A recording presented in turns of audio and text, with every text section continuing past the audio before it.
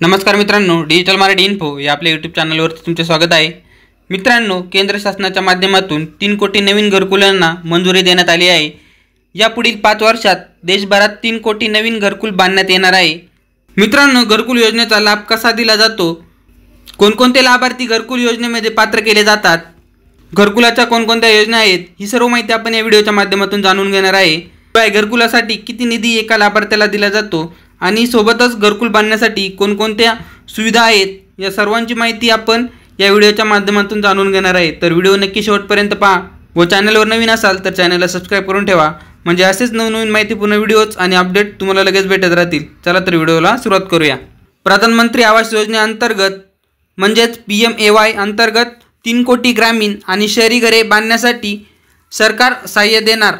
पात्र ग्रामीण आणि शहरी कुटुंबांना मूलभूत सुविधांसह घरे बांधण्यासाठी सहाय्य करण्याकरता केंद्र सरकार 2015-16 पासून प्रधानमंत्री आवास योजना राबवत आहे।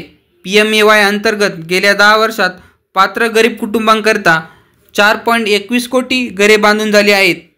PMAY अंतर्गत बांधण्यात आलेल्या घरांमध्ये शौचालय, LPG कनेक्शन, वीज जोडणी, चालू स्थितीत नळ जोडणी यांसारख्या मूलभूत सुविधा इतर विविध केंद्र सरकारी आणि राज्य सरकारी योजनांचे एकीकरण करून पुरवण्यात आले आहेत। 3 कोटी अतिरिक्त ग्रामीण आणि शहरी कुटुंबांना घरे बांधण्यासाठी सहाय्य देण्याचा निर्णय आज झालेल्या मंत्रिमंडळाच्या बैठकीत घेण्यात आलेला आहे। पात्र कुटुंबांच्या संख्येत झालेल्या वाढीमुळे घरांची वाढलेली गरज पूर्ण करण्यासाठी हा निर्णय घेण्यात आलेला आहे।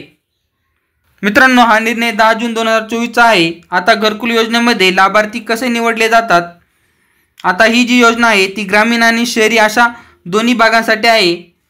मित्रांनो, ग्रामीण भागामध्ये घरकुल PMAYचे जे घरकुल आहे त्याचा लाभ कसा दिला जातो, तर लाभार्थी यादीमध्ये जर तुमचे नाव असेल तर टप्प्याटप्प्याने त्या लाभार्थी यादीमधील लोकांना घरकुल योजनेचा लाभ दिला जातो। यापूर्वी PMAYच्या ग्रामीण भागातील लाभार्थ्यांची जी निवड आहे ती घरकुलांचा जो ड यादींचा सर्वे झाला होता त्यानुसार करण्यात आली होती। आता ग्रामीण भागात जर नवीन घरकुलांचे उद्दिष्ट द्यायचे असेल ड यादी व्यतिरिक्त तर अजून एखादा सर्वे होऊ शकतो आणि त्यानंतर उरलेले जे लाभार्थी आहे ग्रामस्तरावर त्यांना लाभ दिला जाईल। परंतु जे शहरी भागातील लाभार्थी आहेत त्यांच्यासाठी जे अर्थसहाय्य दिले जाते त्यासाठी तुम्ही ऑनलाईन अर्ज करू शकता। ऑनलाईन अर्ज केल्यानंतर पात्र लाभार्थ्यांना शहरी भागात जवळजवळ 2.5 लाख रुपये पर्यंत अर्थसहाय्य प्रधानमंत्री आवास योजनेतून दिले जाते आणि ग्रामीण भागामध्ये 1,40,000 रुपये अर्थसहाय्य दिले जाते।